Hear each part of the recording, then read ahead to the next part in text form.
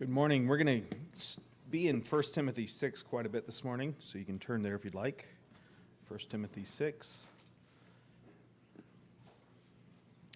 So in this semester dealing with material stewardship, if you look at the schedule, we are now getting into more of what traditionally we might think of as stewardship is with finances, right? So between now and the end of the semester, a lot of what we'll be dealing with is various aspects of the money we make and what we do with that.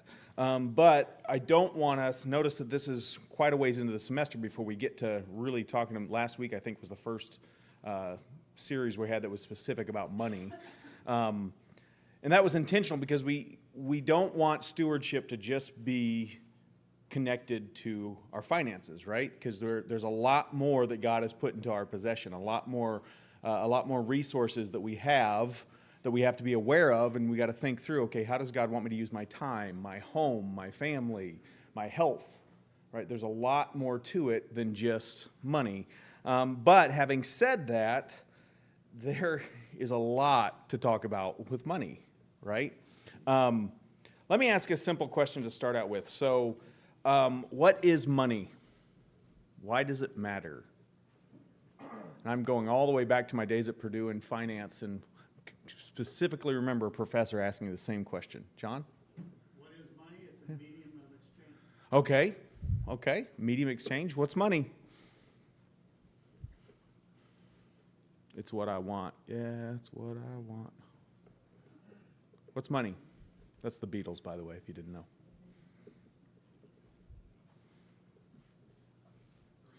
It's a resource. Austin? Representation of time. Yep, there's all sorts of ways. What else? Anybody else? Scott?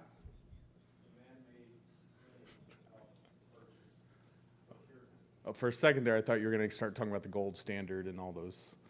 No, it is. It's a man-made thing to help. Because when we read about Abraham, for example, how is his wealth described? Or Job's wealth described? Is it described in money? It's livestock, right? So money is just a means of making that stuff easier. Okay, so what's money? Kevin? Representation of value.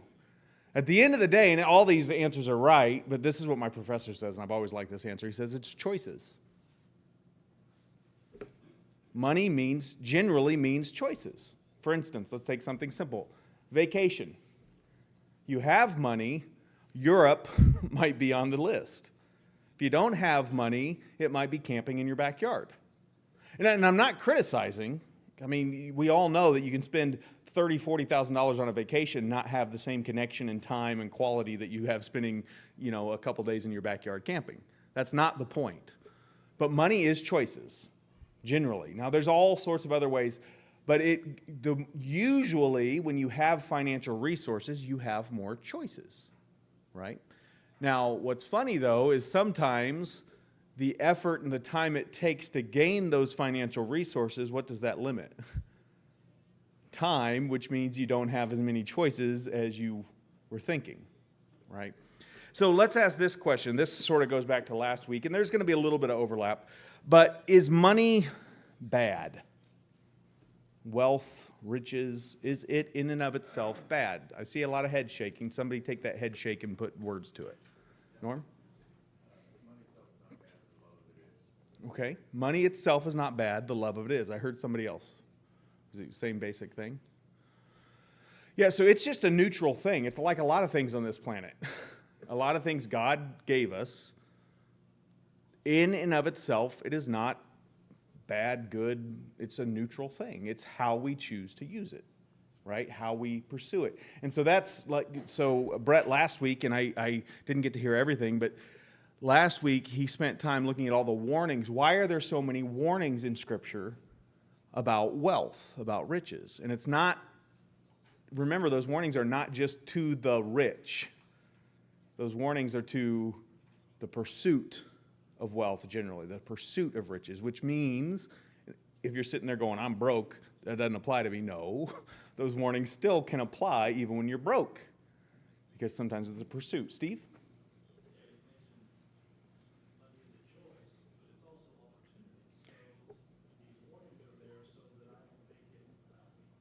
Yeah, and choice and opportunity to go, and I think we're going to merge into that today a little bit, is that choice can be very self-indulgent, or that choice can be, how do I use the money I've been given or the money I've made in other ways, in more godly ways, and in ways that benefit others. John? I like the old, I guess you could call it a proverb, do you have money or does money have you? Yeah, exactly. And so there's all sorts of warnings, and I don't know if we answer that question. Why are there warnings? And the warnings are not just to the rich, it's to the pursuit of riches generally, right? Which includes everybody. It can include everybody. Why are there so many warnings? And what is if you want to get to the meat of the warning, Scott?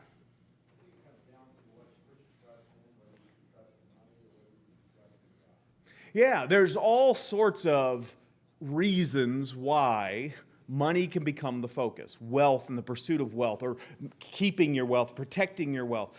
Whatever status, whether it's the pursuit of it, whether it's the protection of it, whether it's the conceited nature of I have it and you don't, so therefore I'm better. We're going to see that in 1 Timothy here in just a second. But there's all these warnings because wealth, choices, the comfort that it buys, the false sense of security. Now, there is a real sense of security with money. There really is. For instance, when COVID came in and people that had money potentially were less impacted than people who didn't. So if you're living paycheck to paycheck, there's less security there than if you've got some wealth, right? But it's a false sense of security from the standpoint of what happens when you die? What happens when the market crashes? What happens? We see warnings like that as well. So there's all these warnings. So that means that we should approach this subject of what do we do with our money and how do the rich behave? We should approach it very soberly because there's that many warnings, right? That if Scripture spent that much time, if Jesus himself spent that much time warning about the dangers of wealth, the dangers of riches, we need to be very cautious as we approach and as we look at our financial lives. Okay, go ahead and turn to 1 Timothy 6. And again, I think Brett may have asked this question a little bit. I didn't get to hear all of the discussion. But 1 Timothy 6, go ahead and just look at verse 17. We're going to spend some time here, but verse 17. And we're going to stop after the first 5 words. Maybe 7 words, 8 words. Instruct those who are rich in this present world. Instruct those who are rich. Now, you can answer this if you want. Who's rich?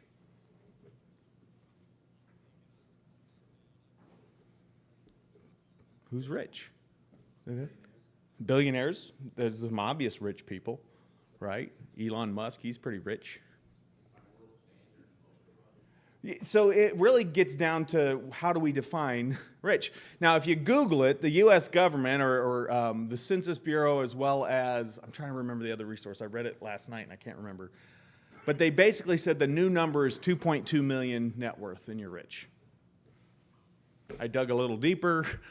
I don't know whether, it used to be like 1.3 million and you were net worth and you were considered rich. Net worth, by the way, is once you've sold everything, theoretically, paid off all your debts, what's left, right? Do your assets outweigh your debts and by how much?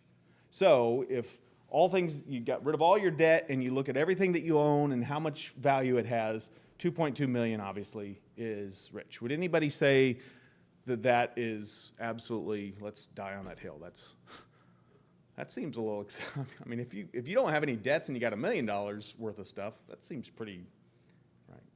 Let's put it a different way, and I know I'm being vague for a reason. I looked up the most recent Census Bureau that we have from the state of Indiana specifically is from 2021, at least that's what I could find.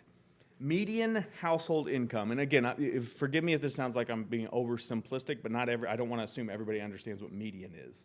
Median is the middle point. That means half of the population is above that point and half is below. Depending on your background statistics, you can argue whether median or average is better. When it comes to money, I don't like average. Does anybody want to guess why I don't like average? Average salaries, average incomes for money. You have outliers. You have one person making, $3 billion a year, and that really distorts what the average is, right? It pulls it way up. So the median is that middle point. It's sort of a better idea of where. So I'm just, again, this is not saying good, bad, negative, or otherwise. I'm giving you statistics so that you can sort of figure out where you're at, okay? You can just think. Median household income in 2021 in Indiana, that's household income. That means regardless of the numbers of earners, that's a total income for a household. So some of those households would be a one earner family, some could be two, some could be three, okay? 61,944. Now, even as I say that number, and I'm getting to a point, even as I say that number, $61,944 a year is the median household income in the state of Indiana. Some of you immediately thought, wow, that's low. And some of you thought, I would really like to make $61,000 a year. Okay, and I'm not commenting negative. I'm saying there's just, it's your perspective, right? Okay, so $61,944 a year. Now, 5.4% of Indiana residents are considered high income. High income is anything over $200,000 a year in household income. Okay, so again, put yourself, where are you? Are you at that 61? Are you below the median? Are you above the median? Are you in that high income, 5.4%, your total household income above $200,000? 12.2% is in poverty, is considered poverty. Now, the poverty line is based on how many individuals you have in your house. I picked family of four. If you make less than $30,000 a year as a family of four, you're considered below the poverty line, okay? In 2020, I could not find any more recent data, and I could not find specific for Indiana, but nationally in 2020, the median net worth, again, net worth is debts and everything, what do you have left after everything's paid off, is $121,760. Now, this is an example of why I don't like average, because if you took the average net worth, it's like $780-some thousand, right, which I think is skewed because you've got very, very wealthy people, right? But the average net worth in the United States in 2020 was $121,760. What do you think represents that $121,000? Where do you think most of that wealth is tied up for the average? The house. It's almost always property, almost always. People who've lived in their house 20, 30 years, it's worth more than what they paid for it. They've got it basically paid off. That doesn't mean they're sitting on a bank account with $100,000 plus in it, right? They could have a very modest lifestyle, but their house is worth $200,000 and all the rest of their debt's only $80,000, right? Okay. Why does any of that matter? How are you going to define wealth and rich? Is it the 2.2 million? Is it if you're above the median income? Why is income not even necessarily a good judge of wealth? Let's say I made $500,000 a year. It's pretty good living. What if my debts mean that I'm still living paycheck to pay? Is that possible? Right? So even income, I mean, you sit there and go, please, let's hope that's not the case. But income is not even a good judge of wealth, is it? Because you could have a massive salary, but your expending could be going out. It could be going out the door quicker than it's coming in. You could still be technically not poverty. You could be in debt. You could be a negative net worth even with such an income. But the point is that you can dissect, and that was just one way of dissecting. There's lots of ways of dissecting income and net earnings and net worth and all these things to sort of stack yourself up, and you can find out, are you in the top 1% of earners in the United States? Are you in the top 5% of earners? Are you in the bottom 5%? You can do all of this stuff, but what it comes down to is, do you have anything extra?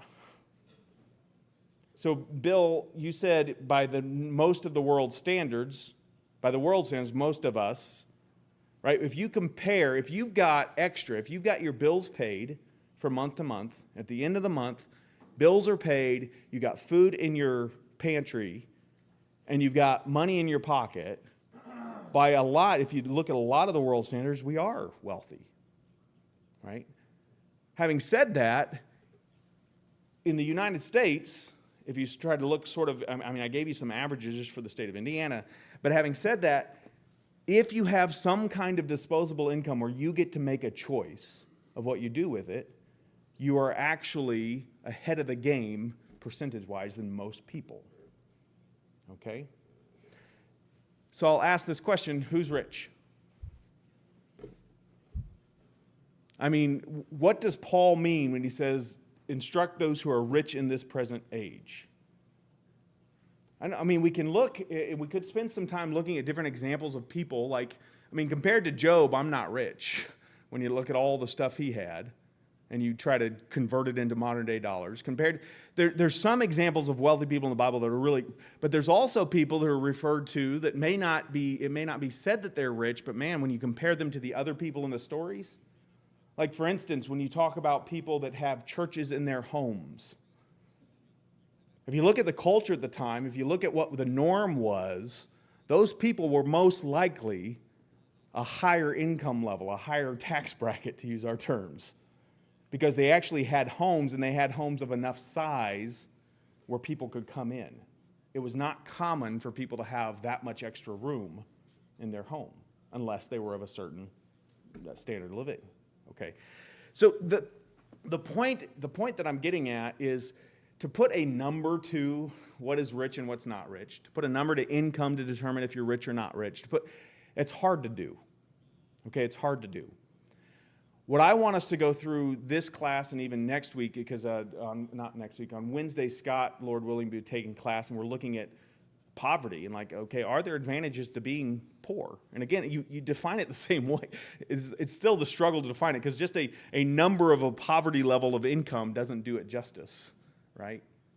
But the idea, what I want us to think about is not necessarily what number makes me rich or not rich and what number makes me poor or not poor. It's what do I do with the disposable?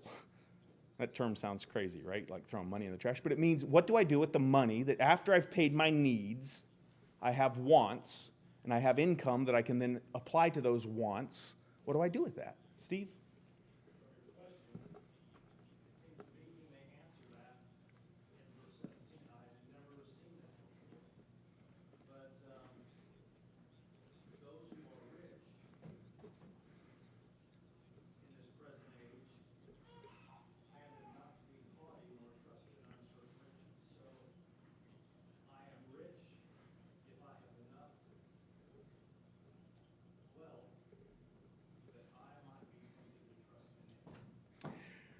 Yeah.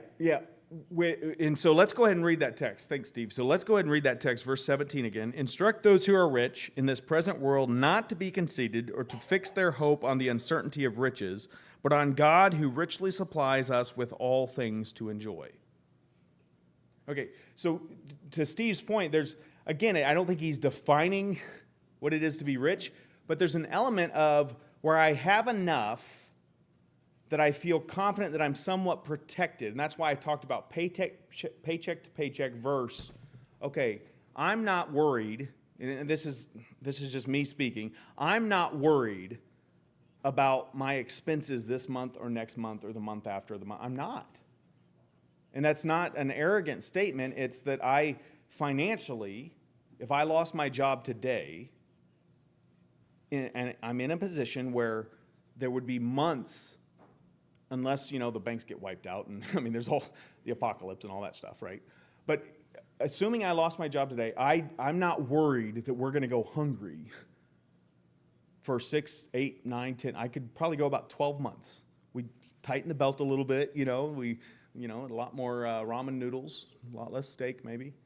But okay, so I would qualify because I have enough wealth that I can start to trust that I'm not worried about today. I'm not worried about tomorrow because I've got this bank account over here, the rainy day fund. The old adage used to be have 3 months of salary in the bank in cash, just in case, right?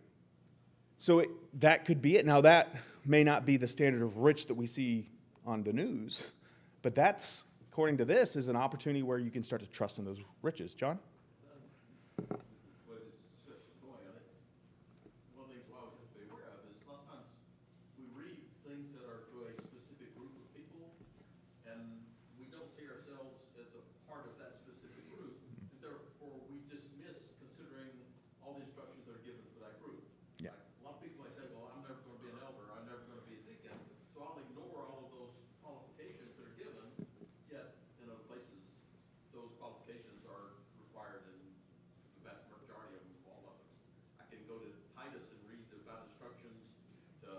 older men or younger men or older women and say, well, I don't fit one of those, so I can ignore what is considered valuable behavior on their part, when maybe I could learn something from what they're doing, and even though I don't fit into that group, I would be better in God's service if I paid attention to that. Yeah, no, we're going to get, John, you set me up for the next section, because listen, real quickly, and we'll jump back here in just a second, and we're going to get into more detail, but listen to the instructions for the rich, okay, and this is going right directly to John's point. He says, not to be conceited, or to fix their hope on the uncertainty of riches, but on God, who richly supplies with all things, supplies us with all things to enjoy. Look at verse 18. Instruct them to do good, to be rich in good works, to be generous, ready to share, storing up for themselves the treasure of a good foundation in the future. Good works, do good, good works, generous, ready to share. Is there any instruction that is not specific to the rich to do good works, to be generous and ready to share? We're going to look at it.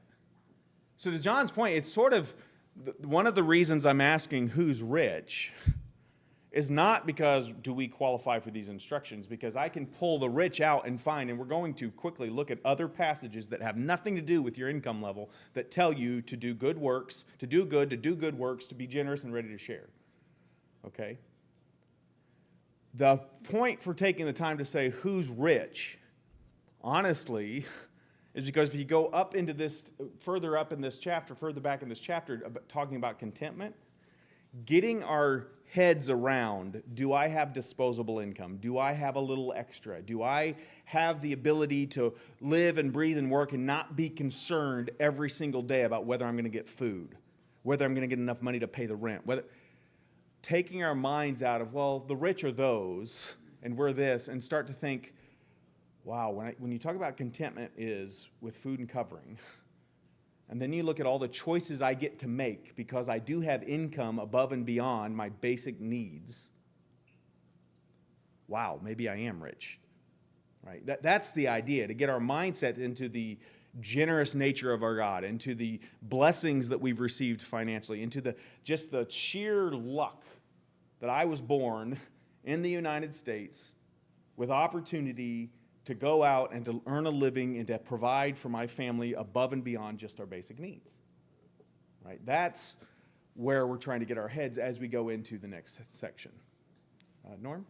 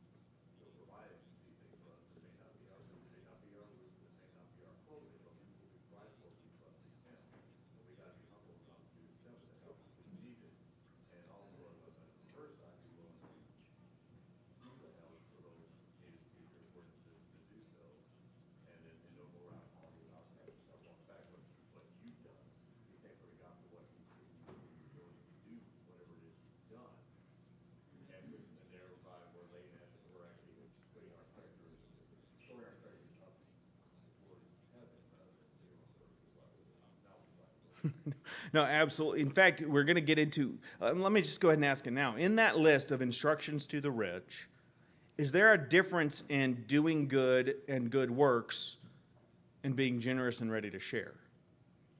Is this just, so let me ask it this way.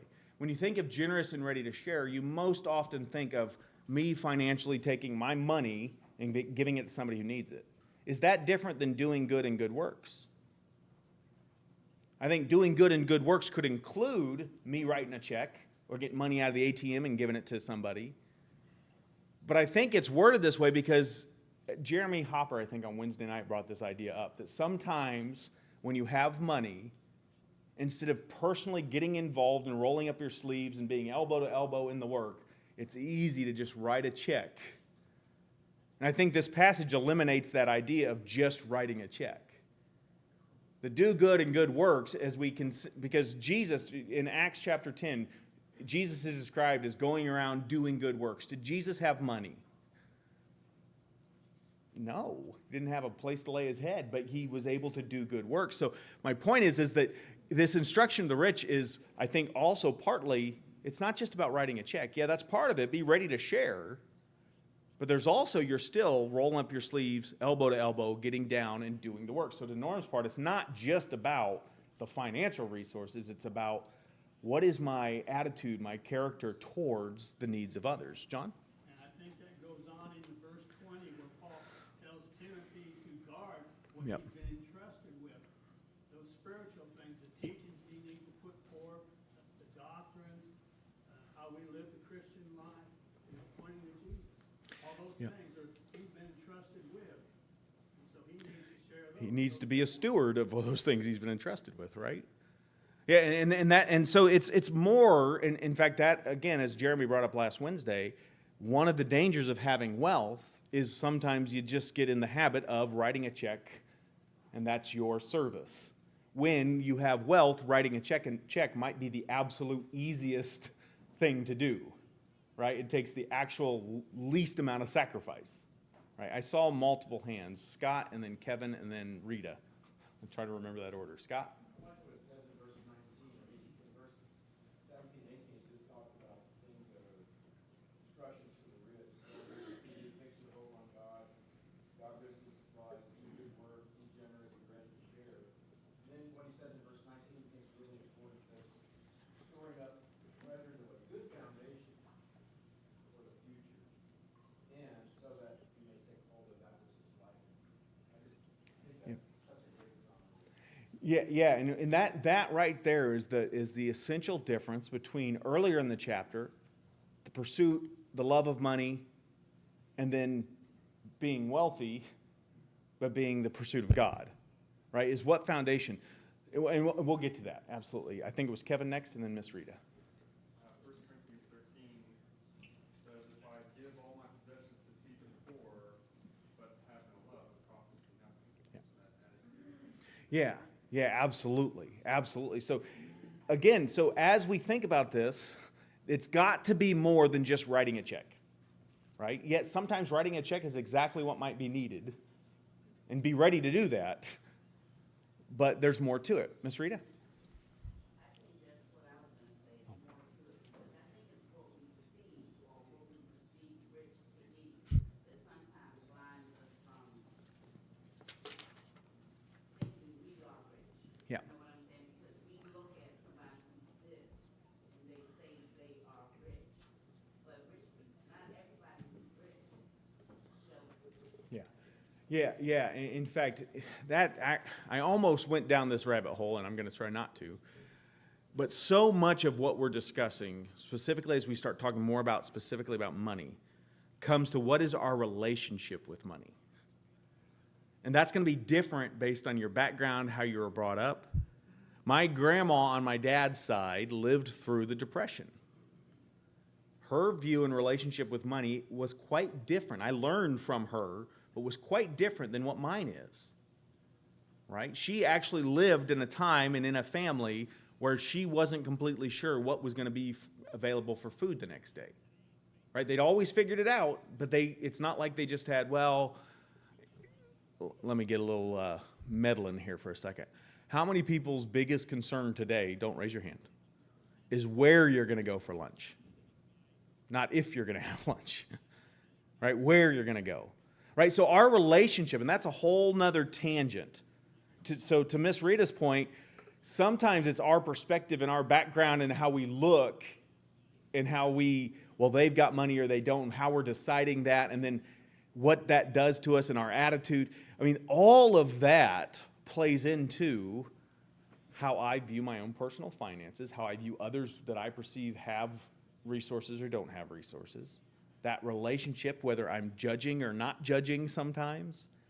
All of that history of your financial background and how you were raised and whether you had a lot or had a little being raised, or whether you struggled, whether you saw the struggle, all that plays into this view. Okay, let's get back to the text real quick, and then I've got a path I want to go down for sure. Real quickly, and I'm going to beat one horse to death. But first of all, I just want to make some observations. I'm back in 1 Timothy 6. Look at verse 18 again, or verse 17 again. I just want to ask this question. He says, don't be conceited or to fix their hope on the uncertainty of riches. And I think Brett dealt with both of those ideas last week pretty extensively, so we're not going to revisit that. But on God, who richly supplies us with all things to enjoy. I want to camp out here just briefly. What does that statement, that God supplies all things to enjoy, what does that help with our perspective on riches, wealth, that sort of thing? Stephen? Well, it means that riches aren't a bad thing. Yeah, go ahead. You feel guilty for having, but there's a proper perspective for what you have. Yeah, so one, they are there to enjoy, right? So you can turn to Ecclesiastes 5, where Solomon deals with this in one way or another. But the reality is first and foremost, if you have an abundance, if you have the privilege of deciding what you want versus just the needs of life, then thank God for that.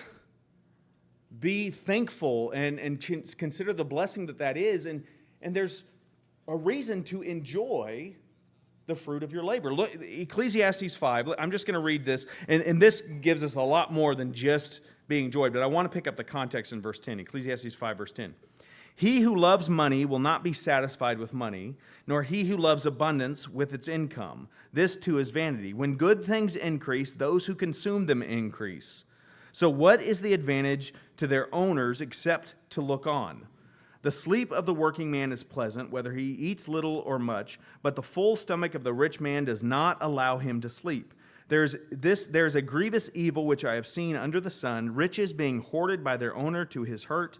When those riches were lost through a bad investment and he had fathered a son, then there was nothing to support him. As he had come naked from his mother's womb, so he will return as he came. He will take nothing from the fruit of his labor that he can carry in his hand. This also is a grievous evil. Exactly as a man is born, thus he will die. So what is the advantage of him who toils for the wind? Throughout his life, he also eats in darkness with great vexation, sickness, and anger. Here is what I have seen to be good and fitting to eat, to eat and drink and enjoy oneself in all one's labor in which he toils under the sun during the few years of his life which God has given him, for this is his reward. Furthermore, as for every man to whom God has given riches and wealth, he has also empowered him to eat from them and to receive his reward and rejoice in his labor. This is a gift of God, for he will not often consider the years of his life, because God keeps him occupied with the gladness of his heart. Now again, we always have to consider the context of the entire book of Ecclesiastes. Under the sun, under the sun, under the sun. Trying to find value and purpose without eternity in mind, without God in mind, right? But having said that, yeah, there's lots of warnings. Be aware that, you're never going to get to that point where I'm satisfied, I've got everything I want. If the pursuit is just the happiness and the joy stuff can bring, that's never going to end, right? There's also evils that come with that, and vanity and emptiness. That's all a warning. But there's also, okay, so where do we put it in perspective? Well, the reward is that you actually get to enjoy some of the stuff that you've earned. Okay? So I bring this up first and foremost to Stephen's point. Money in itself and having money is not bad. And even enjoying that. Again, you guys get a peek into my history a little bit. I can remember growing up where people, if they bought a new car, were talked about. And what kind of car did they buy? Well, man, they sure bought a big house. And the idea, I don't necessarily think it was driven by jealousy. It was this concept of a Christian should not be seen spending money in certain ways. Now, your certain way and my certain way and his certain way and her certain way is going to be different, but there was that idea of, well, that's okay, but that I can remember getting an email. There was a preacher we were supporting, and his wife had posted that they were finally going to take their kids to Disney, their grandkids to Disney, right? It was a life. I got an email from her like 2 weeks after she did that apologizing because somebody had brought it to her attention that you're being supported to preach the gospel, and then you're using that money to take your grandkids to Disney? I mean, it was a sincere, she had made to be felt shame and guilt over that. Now, I say that, and I saw your reactions like, well, why would anybody do that? But at the same time, do I do that? Different scenario, different situation, but it's still the same. Well, why would John spend his money on that? That's not what I'd spend my money on. And John's like, I don't care what you think. But first of all, if people enjoy, there's improper ways to enjoy, right? If I'm going to Vegas and, trying to multiply, hey, come on, baby, give me black, right? There's some other scriptures that speak to those things. But one thing as we talk about wealth is that it's not a sin to enjoy the fruit of your labor, okay? And the other thing too is, and Rita sort of brought this up, and I think somebody else mentioned it, it's real easy to see the stuff, and I'm just going to use myself as an example, the stuff I spend my money on, because you can see it. Is it easy for you to see the money that we spend supporting gospel preachers? In my basement, and most of you have seen this, I have a wall filled with Nerf guns. If you were so inclined and very bored, you could Google every single Nerf gun and find out what the price is, and you could add up how much money Andy has spent on Nerf guns, and you could be disgusted with that number. I've never done it because I don't want to be disgusted with that number, right? You can do that. You can see that. Is there a wall that has every dollar I've ever spent giving to somebody in need or giving to preachers in need? So we got to be careful, right? That we see some evidence of somebody enjoying their wealth, but it's not as easy to see, what else do they do with their money, right? Okay, I don't want to go too far down this. Steve, did you have a hand up?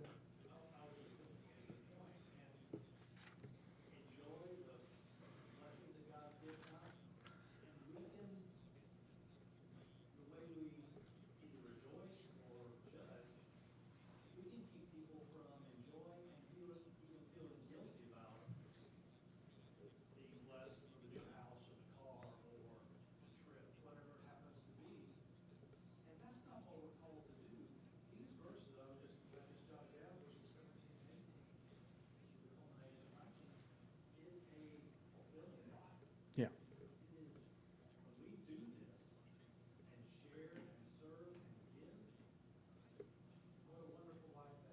Yeah.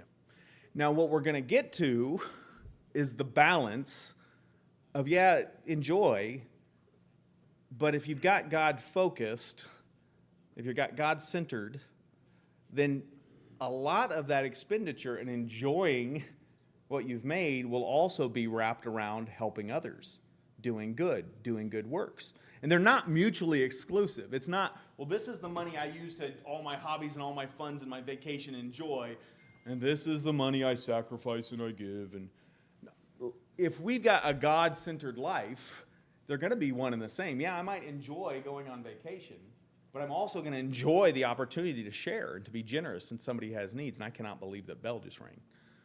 Okay. Mike?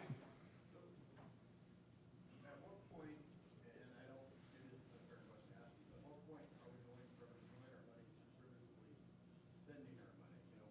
I'll use your Nerf gun for example. You mentioned the Nerf gun and such.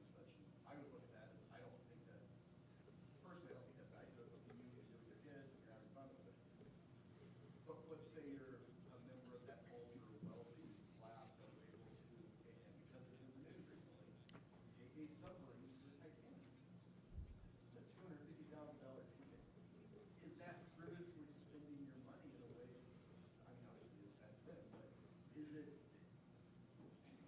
is that frivolously spending your money? Oh, I could answer that question so easy.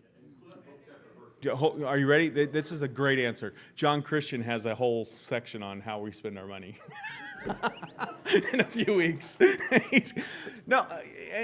But those are, and here, short and sweet, those are things we have to wrestle with.